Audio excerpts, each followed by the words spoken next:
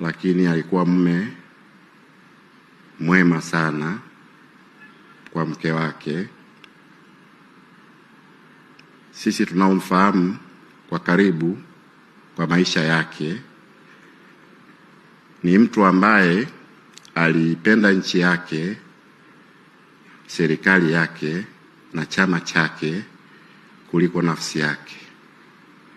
Wakati wote alitanguliza maslahi ya nchi mbele, na mengi yamezungumzwa hapa, siwezi kupinga hata moja.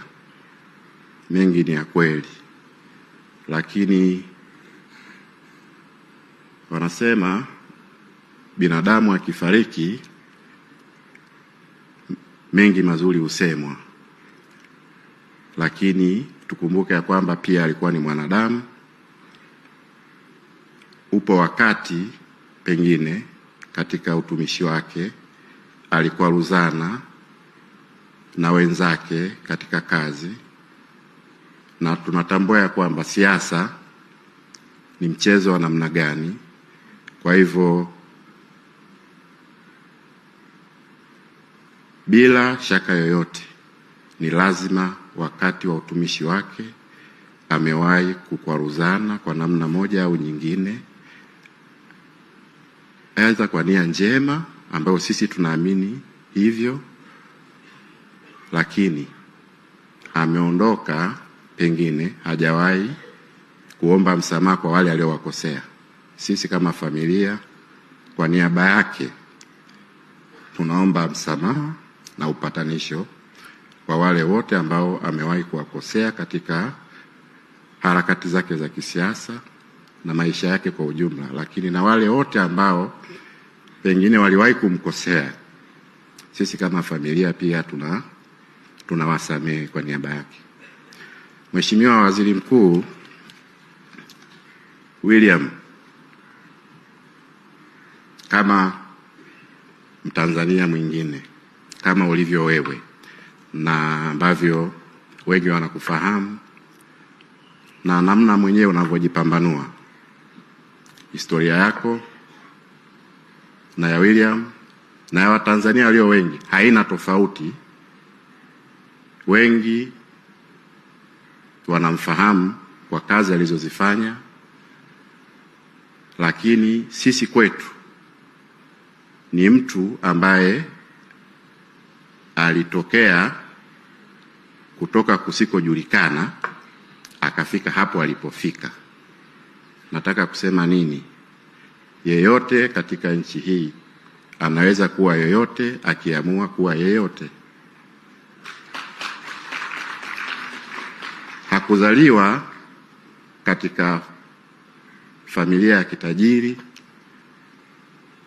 hakusoma au kubahatika kusoma katika shule ambazo pengine wengine walifanikiwa kusoma, lakini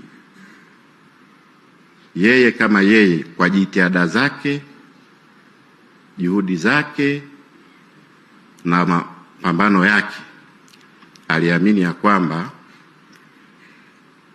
akifanya kwa nafasi yake, kwa kadri Mungu alivyomwezesha, anaweza kufika popote anapoweza kufika kwa mapenzi ya Mwenyezi Mungu. Ndio maana